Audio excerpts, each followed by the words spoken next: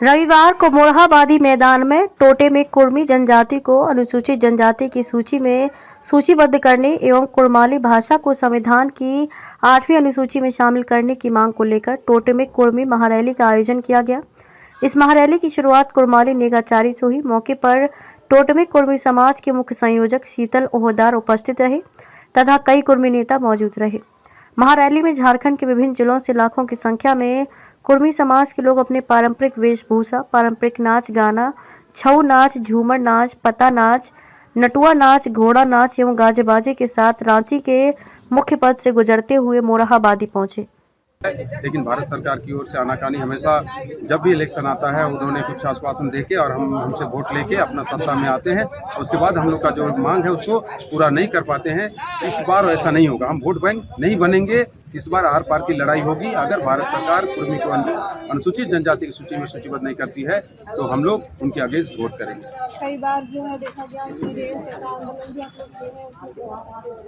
देखिए, रेल टेका एक ऐतिहासिक प्रोग्राम था और रेल टेका के बाद तुरंत भारत सरकार संज्ञान में लेके गृह सचिव भारत सरकार के वहाँ से फोन आया और बोला कि हम आपका मांग को पूरा करेंगे, आप रेलवे ट्रैक छोड़िए। और उसके बाद 3 दौर से मीटिंग भी हुआ, दिल्ली में, झारखंड में भी मीटिंग हुआ।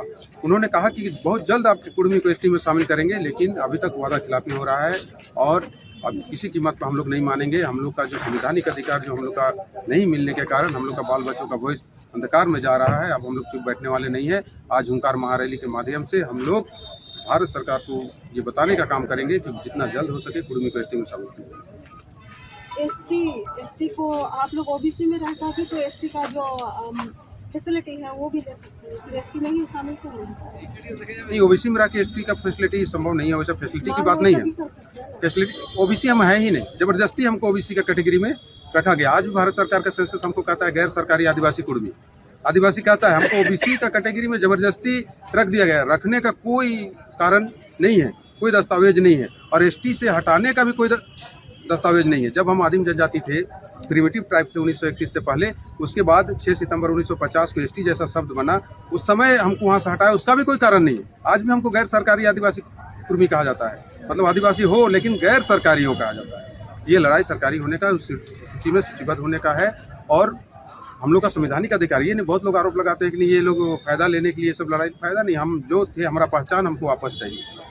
जी, झारखंड में देखा जाए तो कम से कम 55% यहाँ पर ओबीसी, उसमें से कुर्मी जनजाति भी, तो क्या कहिएगा इसके लिए? देखिए, ओबीसी में रखा गया हमको, लेकिन ओबीसी का समूह में सबसे बड़ा आबादी कुर्मी लोग है।